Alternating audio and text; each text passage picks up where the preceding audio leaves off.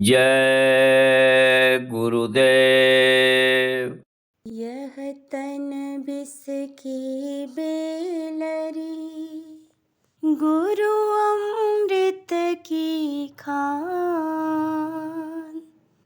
शीश दिए जो गुरु मिले, तो भी सस्ता जान।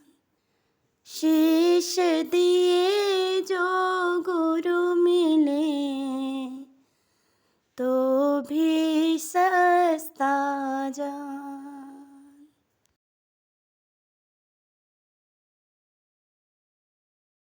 माफ कर दो दयालु मेरी सब खता, माफ कर दो दयालु मेरी सब खता।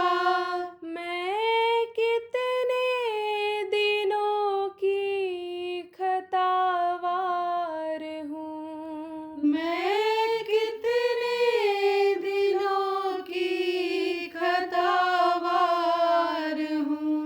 अपने भक्तों के तुम हो संकट हरण, अपने भक्तों के तुम हो संकट हरण। नाम सुन कर के आई तुम्हारे शरण, नाम सुन कर के आई तुम्हारे शरण। हम बंधे हैं तुम्हारी वचन डोर में, हम बंधे हैं तुम्हारी वचन डोर में। किए पापों के अपने सजावार हूँ, किए पापों के अपने सजावार हूँ। गीत तेरे निरंतर मैं गाती चलूं, गीत तेरे निरंतर मैं गाती चलूं। खुद जगूं और जगत को जगाती चलूं, खुद जगूं और जगत को जगाती चलूं। दे दो शक्ति मुझे तेरी भक्ति करूं, दे दो शक्ति मुझे तेरी भक्ति करूं। कर्म के बोझ से हुई लाचार हूँ, कर्म के बोझ से हुई लाचार हूँ। रहते हमको यहाँ बीता कितना समय, रहते हमको यहाँ बीता कितना समय। अब आए हो सतगुरु लेने हमें, अब आए हो सतगुरु लेने हमें। कर्ज कितना लिया और कितना दिया, कर्ज कितना लिया और कितना दिया। चुका दीजिए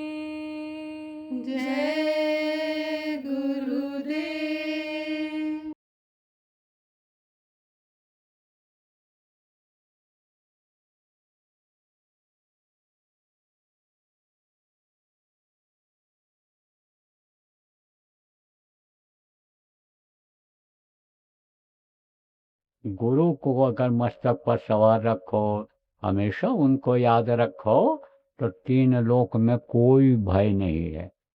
देखो, जैसा अभी शुरुआत में आपको बताया था कि दो चीज असल है, और दो को आप भूल रहे हो।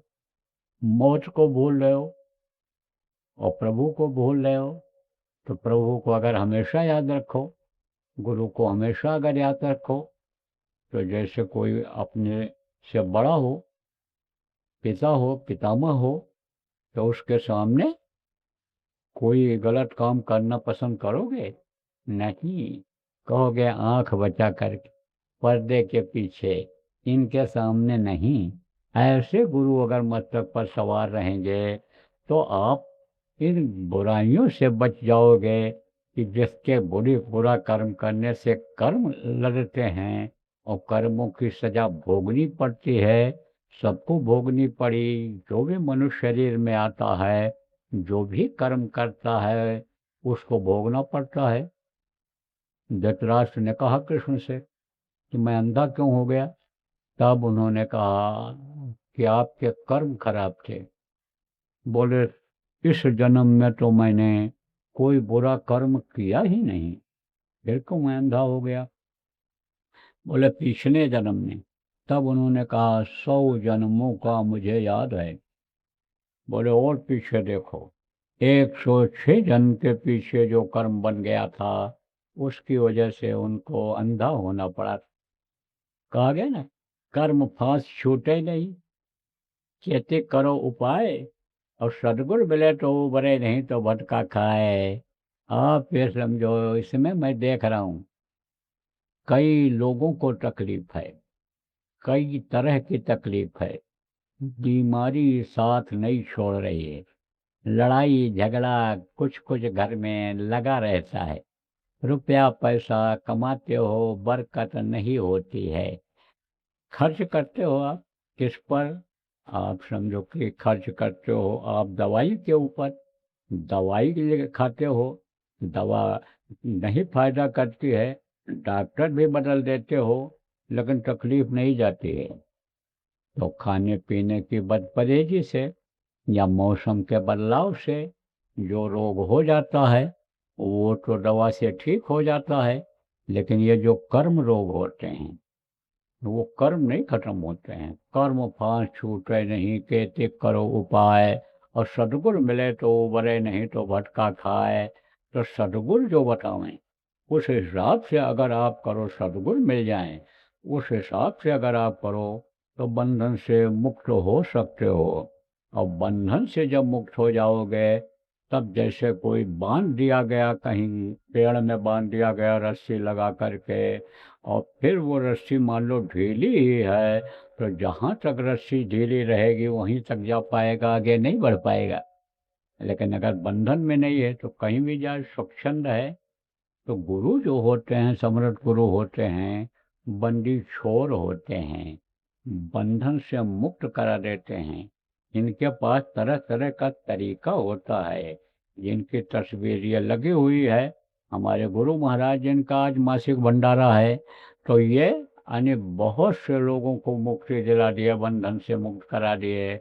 तो आप ये समझो कैसे मुक्ति होती है, क्या होता है। नहीं है, समय समय पर वो आते रहे, लोगों को निर्देश देते रहे, बताते रहे, समझाते रहे, सदमार्ग पर चलाते रहे हैं। एक महात्मा जी थे, और महात्मा जी उपदेश करते थे, चलते फिरते रहते थे। महात्माओं को चलते फिरते रहना चाहिए, एक जगह नहीं रुकना चाहिए। कहते हैं ना कि रमता योगी और बहता पानी, इसमें दोष नहीं आता है। जैसे जो पानी बहता रहता है, उसमें गंदगी नहीं रहती है, साफ रहता है। और पानी अगर इकट्ठा हो गया, तो उसी में बदबू आने लगती है। ऐसे ही साधु अगर एक जगह रुक जाए, तो समाज में रुकेगा तो गंदगी आ सकती है उसके अंदर, उसका खान पान चाल चलन बिगड़ सकता है, अपने रास्ते से अलग हो सकता है।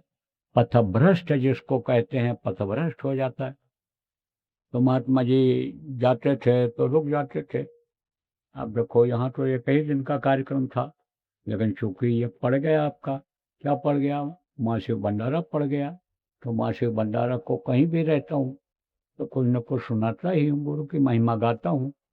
तो अब आपको ये सब सुनने को मिल रहा है। ऐसे ही सुनाते थे, ऐसे बताते रहते थे, तो शांति मिलती है सुनने से। किससे? सत्संग सुनने से। कौन सुनता है? हाँ, ये शरीर नहीं सुनता है, आत्माएं सुनती हैं। अब जैसे ये बच्ची बैठी, अब ये कुछ नहीं समझती हो, लेकिन देखो कैसे शांति बैठी है। ऐसे गुरु महाराज के सत्संग में हमने देखा, छोटा सा बच्चा, और वैसे देख रहा है गुरु महाराज को, ऐसा सुन रहा है कि उतना ध्यान लगा करके वहाँ कोई शायद ही सुनता रहा हो, कि हर बार सुन रहा हो। तो बाद में एक आदमी ने हमसे कहा, एक छोटा बच्चा देखा हमने, बराबर गुरु महाराज को देखता रहा, सुनता रहा, तो वो क्या समझा होगा। तब हमने कहा, वो नहीं समझा होगा, वो नहीं सुन रहा था, उसकी आत्मा सुन रही थी। तो हर तरह के लोग जाते हैं, सबको शांति मिलती है।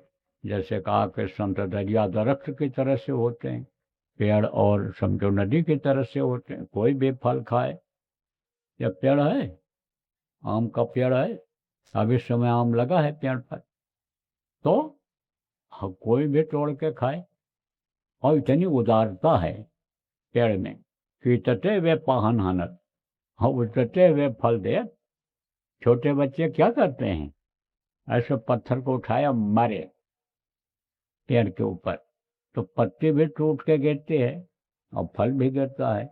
तो ये तो पत्थर मारते हैं और वो फल देता है, तो उदारता नहीं है ये।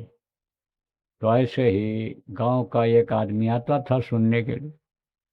तो देखो प्रेमियों, कोई भी समझो कि अच्छी बात हो, जब तक लोगों तक पहुंचाओगे नहीं, तब तक लोगों को कैसे जानकारी हो पाएगी। जैसे यहीं पर कुछ लोग ऐसे बैठे हो जो पहली बार आए हो और पहली बार इन बातों को सुन रहे हो, तो अब आपको जानकारी हो रही है, जो बातें बताई गई ध्यान से सुन रहे होगे तो उसकी जानकारी हो जाएगी। ऐसे ही अन्य समझो कि लोग सुनते थे, तब उन्होंने कहा, भाई अब जाओ तुम लोग प्रचार करो इस बात का, ये बातें लोगों तक फैलाओ, ये अच्छी बातें हैं, इससे से लोगों का लोक बनेगा, परलोक बनेगा। ये बात जाओ बताओ लोक परलोक बनाने का। तो सब तैयार हो गए जाने के लिए, जो भी श्रोता थे बोले अपने अपने स्तर से ही जाओ प्रचार करो, बताओ। तो एक गांव का सीधा साधा अनपढ़ आदमी वहीं पर बैठा हुआ था। पहले शिक्षा का स्तर इतना ऊंचा नहीं था, कम पढ़े पढ़े लोग होते थे, कढ़े तो होते थे, वो अनुभव जीवन का ज़्यादा होता था उनको। जैसे आजकल ये जो लड़कियां पढ़ लिख करके आती हैं, ये अनपढ़ सास को कुछ समझती ही नहीं, उनके पास बैठने नहीं पसंद करती, सेवा नहीं करती हैं उनकी। लेकिन अगर कोई MBBS लड़की है, डॉक्टर बन करके आ गई, और किसी के पेट में बच्चा है और मान लो निकालना है, बच्चा नहीं पैदा हो रहा है, तो ऑपरेशन करके बच्चे को निकाल देती है। लेकिन जब उसका बच्चा पैदा होने का समय आएगा, तब अपना ऑपरेशन कर पाएगी? नहीं कर पाती है। वही अनपढ़ सास, जिसको अनुभव है कि कहाँ हाथ रखेंगे तो बच्चा खिसक करके उस मुकाम पर आ जाएगा कि जहाँ से उसको बाहर होना है, तो वही हाथ फेर कर इधर उधर दबा डुबो करके बाहर करा देती। तो उसको क्या कहेंगे, पढ़ा? पढ़ा नहीं, कढ़ा। तो कढ़ा तो लोग होते थे, लेकिन पढ़ा कम होते थे, और पढ़ाई में ही बहुत से लोग उलझ गए। ये तरह तरह की किताबें आ गई, तरह तरह के धर्म आ गए, तो धार्मिक होते हुए भी लोग उलझ जाते हैं। जय गुरुदेव। परम संत बाबा उमाकांत जी महाराज के आगामी कार्यक्रम की सूचना के पश्चात सत्संग पुनः प्रसारित होगा। जय गुरुदेव। गुरु पूर्णिमा 2026। पांचों तरह के जाल कटेंगे, पांचों प्रबल भूत हटेंगे, मुर्शिद अपने रहम करेंगे, रूहानी धन से माला माल करेंगे। गुरु पूर्णिमा 2026 में आओ, मन वांछित फल लेकर जाओ। कार्यक्रम 27 व 28 जुलाई 2026 प्रातः व सायंकाल 5 बजे से। पूजन एवं सत्संग 29 जुलाई 2026 प्रातः 5 बजे से। निकट बाबा उमाकांत जी महाराज आश्रम, टोल से 500 मीटर पहले, ठीकरिया, अजमेर रोड, जयपुर, राजस्थान। संपर्क नंबर 7023704540 व 8005754896 व 9351743181 व 9610433334। जय गुरुदेव। तभी तो कबीर साहब ने कहा ना, पोथी पढ़े पढ़े जग मुआ, पंडित भया न कोय, और 2.5 अक्षर प्रेम से पढ़े सो पंडित होए। तो 2.5 अक्षर क्या है, कल बताऊंगा 2.5 अक्षर क्या है सत्संग में। तो वो आप पे समझो कि कहा उसको अगर पढ़ ले जाओ, समझ जाओ, उसको पकड़ लोगा 2.5 अक्षर, तो विद्वान हो जाओगे, पंडित हो जाओगे। पंडित किसको कहते हैं? जो विद्वान होता है। विप्र उसको कहा जाता है, कहीं कहीं विप्र कहते हैं। विप्र किसको कहते हैं? पूजहि विप्र सकल गुणहीना, शूद्र न पूज्य वेद प्रवीणा। सकल गुण कौन है? रजोगुण, तमोगुण, सतोगुण। जो इससे परे हो जाता है वही विप्र होता है। तो गांव का आदमी बैठा था, तो महाराज जी हम भी प्रचार करना चाहते हैं, लेकिन हम क्या प्रचार करें, हम तो अनपढ़ हैं। बोले कि तो क्या चाहता है तू? कहा महाराज हमको भी कुछ बता दो, हम प्रचार करें। तो बोले जा तू सब इधर से जा गांव में, और घर के सामने खड़े होकर के कहना, गुरु बंदी छोर, गुरु बंदी छोर, गुरु बंदी छोर। तो वो गया, एक गांव से दूसरे गांव में गया बोलता हुआ। तो वहाँ एक तोता लटका हुआ था। तोता लोग पालते हैं। तोता को आहट लग जाती है तब बोलता है, बाहर का कोई आदमी आता है तब बोलता है। कुत्ता को आहट लग जाती है, कोई बाहरी आदमी आ रहा है तब वो भौंकता है। हिरन, हिरन को बहुत आहट मिलती है, जल्दी से फट से, पत्थर गिरा नहीं कि हिरन एकदम से बिल्कुल ऐसे यानी कान अपना खड़ा कर देती है, कहाँ से आवाज आई। तो अब आप ये समझो प्रेमियों कि तोता वहाँ बंधन में था, बंद था। किसमें? पिंजरे में। जैसे ये जीवात्मा बंद है, जिसमें बंद है, इस जो है पंच भौतिक शरीर में, चमड़े हड्डी और मांस के शरीर में, पिंजरे में बंद है ये। तो अब आप समझो उसने कहा, क्या कहा कि ये बताओ भाई, गुरु बंदी छोड़, गुरु बंदी छोड़ तो कहते हो, लेकिन मेरा बंधन कैसे कटेगा, मैं कैसे बाहर हो पाऊंगा? मैं तो बहुत गाढ़े बंधन में बंध गया हूं। तब उसने कहा, भाई हमको तो ये नहीं मालूम है। देखो बहुत से लोग तो कि हमारी पोजीशन न खराब हो जाए कि नहीं जानते हैं, ऐसा नहीं करना चाहिए। जो न समझ में आवे कह देना चाहिए, भाई हम पूछ के बता देंगे या हम मिलवा देंगे ऐसे से कि जो आपकी शंकाओं का समाधान कर देंगे। तो उसने कहा, भाई हमको नहीं मालूम है। तो कहा नहीं मालूम है तो जा, तो अपने गुरु से पूछ करके आना कि हम कैसे बंधन से मुक्त होंगे। गया शाम को, गुरुजी बैठे हुए थे, एक आदमी से बात कर रहे थे। उसने सोचा मौका अच्छा है, अब इसी समय पूछ लेना चाहिए। तो कहा गुरुजी, एक तोता बोला मेरा बंधन कैसे छूटेगा, पिंजरे में बंद था, लटका हुआ था दरवाजे पर। सुनते ही गुरुजी बेहोश हो गए, गिर गए। अब सब दौड़े, कोई पंखा करने लग गया, कोई मुंह धोने लग गया, कोई गुरु से ही कहने लग गया गुरुजी अब आप अपने इस भौतिक शरीर पर दया करो। आधा पौन घंटा एकदम बिल्कुल बेहोश पड़े रहे। उसके बाद उठ पड़े गुरुजी, हंसने बोलने लगे, अपना दैनिक क्रिया जैसे रोज करते थे, खाने पीने लग गए और फिर सोने चले गए। लोगों के जान में जान आई, लेकिन यह तो बेचारा घबराया ही रहा रात भर। रात को बच गया। क्यों?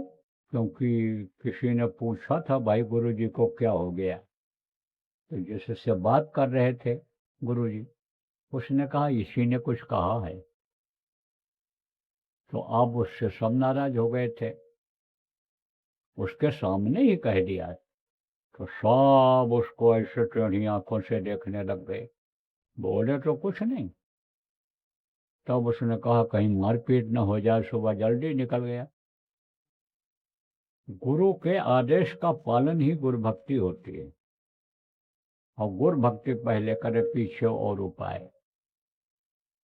और फिर बिन गुरु भक्ति जगत जा कभी न काट हो जाए। तो गुरु भक्ति जरूरी था। तो निकल गया वो। कहाँ गया?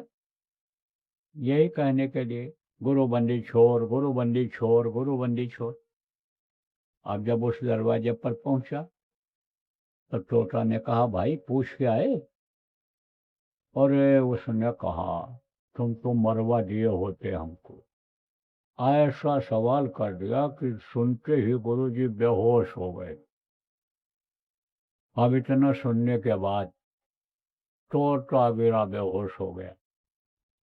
अब इसके और तकलीफ हुई, इसको और घबराहट हुई कि अभी तो घर वाले देखेंगे तो कहेंगे मार दिया मेरे तोते को, से कोई जादू कर दिया होगा। आगे बढ़ गया तो घर की मालकिन निकली, भाई कौन है, क्या बोल रहा है? वही है कल वाला कि कोई दूसरा है, बंदी छोर बोल रहा है। नजर पड़ी जब पिंजरे के ऊपर, तब उसने कहा अरे भाई तोता तो मर गया। उठारा, हिलाया डुलाया, कुछ नहीं, बेहोश। उठा करके ले गई, बोले चलो पहले इसको छोड़ करके आते हैं। ले गई और ड्रेजर से ढकेल दिया इसे। पिंजरा लेकर जब वापस लौटी, बस उड़ गया तोता। उड़ करके पेड़ के ऊपर गया, बैठ गया। और जब ये उधर गया तब कहा अरे मैं समझ गया तुम्हारे गुरुजी के इशारे को, और देखो मैं बेहोश हो गया।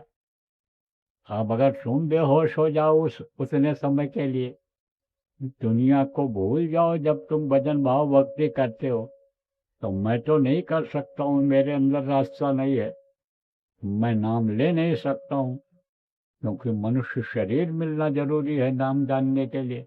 रास्ता मनुष्य शरीर के अंदर में ही है मुक्ति मोक्ष का, तो वो तो हमारा हो नहीं सकता है। लेकिन तुम अगर इस चीज को याद कर लो तो तुमको बहुत जल्दी मुक्ति मिल जाए बंधन से। तो प्रेमियों ये बात समझो बच्चों और बच्चियों, चलो अभी सही, आज से सही, सुबह का भूला और शाम को घर अगर वापस आ जाता है तो भूला नहीं कहलाता है। तो जो लोग नामदानी हो, आप लोग बराबर जो गुरु महाराज ने बताया, गुरु महाराज के जाने के बाद जो आपको बताया गया, आप सुमिरन ध्यान और भजन रोज करो। और उतनी देर के लिए दुनिया को भूल जाओ, उस प्रभु पर छोड़ दो जो पैदा होने के पहले माँ के स्तन में दूध भर देता है। वो परवरिश के लिए छोड़ दो, उस पर छोड़ दो और इसी काम में लगो। तो अभी देखो बंधन धीरे धीरे ये कटता जाएगा। मोटे बंधन जगत के गुरु भक्ति से काट। गुरु भक्ति यही है, आदेश का पालन ही। मोटे बंधन या मोटे बंधन है, शरीर के मोटे बंधन है। मोटे बंधन जगत के गुरु भक्ति से काट, और जीने बंधन सूरत के कटे नाम प्रताप। वो जो नाम आपको बताया गया, उस नाम को जब जपोगे, नाम की कमाई करोगे, नामी को याद करोगे, ध्यान लगाओगे, तो वो भी बंधन कट जाएगा। और ये जीवन का मिलना यह सार्थक हो जाएगा आपका। तो बहुत अच्छा रहा, गुरु महाराज की दया रही। और देखो हम आगे पहले पहुंचने की कोशिश करते हैं सब जगह पर। गुरु महाराज भी हमारे पहले पहुंच जाते थे, कार्यक्रम के पहले। तो आज आ गया था, और आज त्रिदर्शी भी थी। तो त्रिदर्शी को आज आपका ऐसे समझो कि होता ही है, तो नामधनी हो गई। और कुछ आपको सुना दिया गया। अब थोड़ा बहुत ये प्रसाद बनाए होंगे, कुछ मीठा बनता है सब जगह, थोड़ा बहुत जो भी जहाँ बनता हो बना लेते हैं लोग, दे देते हैं। भोजन भी खिलाते हैं लोग, भंडारा जिसको कहा जाता है। सब जगह, देश में भी विदेशों में भी। आपको बताया गया कि विदेश में आदमी नहीं मिलते हैं, तो वो असहायों को दे देते हैं। जिनको नहीं मिलता है ले लेते हैं लोग, खा लेते हैं। तो विदेशों में भी सब जगह मनाते हैं ये त्रिदर्शी का भंडारा, सब जगह मनाया जाता है।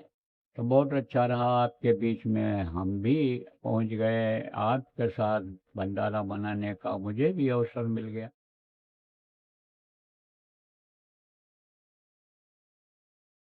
चार घंटे का अखंड नाम धुन से शुरुआत करो। जिसके यहाँ भी जगह हो, गांव में सबको बुला लो, आदमी को बुला लो, आदमी लोग, औरतें भी आ सकती हैं। और नहीं तो औरतें जो हो, आप महिलाएं जो हो, बच्चियां माताएं जो आप बैठी हो, आप लोग माताओं को बुला के करो। पुरुष लोग मान लो चले गए, नौकरी काम में चले गए, दिन में आप खाली हो तो बैठाओ और नाम धुनी बुलवाओ। कोई ना कोई बोलते रहें, दो आदमी वहाँ। ज़रूरत है तो चले गए, अपना आप घर का भी काम कर सकते हो, ज़रूरी काम सब कर सकते हो, लेकिन थोड़ी देर के लिए ज़रूर बैठो। ऐसे समय पर करो कि दिन भी रहा है, रात भी न हो, तब तक 5 बजे छुट्टी हो तो दफ्तर का साहब भी आ जाए, वो भी बोल लेगा, तब तक रोटी पानी बनाने का समय हो जाएगा। तो ऐसे समय पर रख लो, तो बराबर नाम धुनी ये चलेगी। अभी अभियान चल रहा है, 4 घंटे की करो। जब मन लग जाएगा आपका, और लोग आने लग जाएंगे, उनका भी मन लग जाएगा, उनको फ़ायदा दिखेगा। बहुत से लोगों के पास बहुत पैसा है, कोई कमी नहीं है, सब सुखी हैं, लेकिन टेंशन बहुत है, परेशानी बहुत है मानसिक। तब जब उसमें आराम मिल जाएगा, तब आने लग जाएंगे वो लोग। तब आप 24 घंटे का कर देना, छुट्टी के दिन कर देना। आप पे समझो कि शनिवार को शुरू करो और सोमवार को ख़त्म कर लो, तो इस तरह से 24 घंटे का कर लो, और फिर बढ़ा दो आप, 3 दिन का कर दो अखंड, 5 दिन का कर दो, 9 दिन का कर दो। तो ये कब तक चलेगा? गुरु पूर्णिमा तक।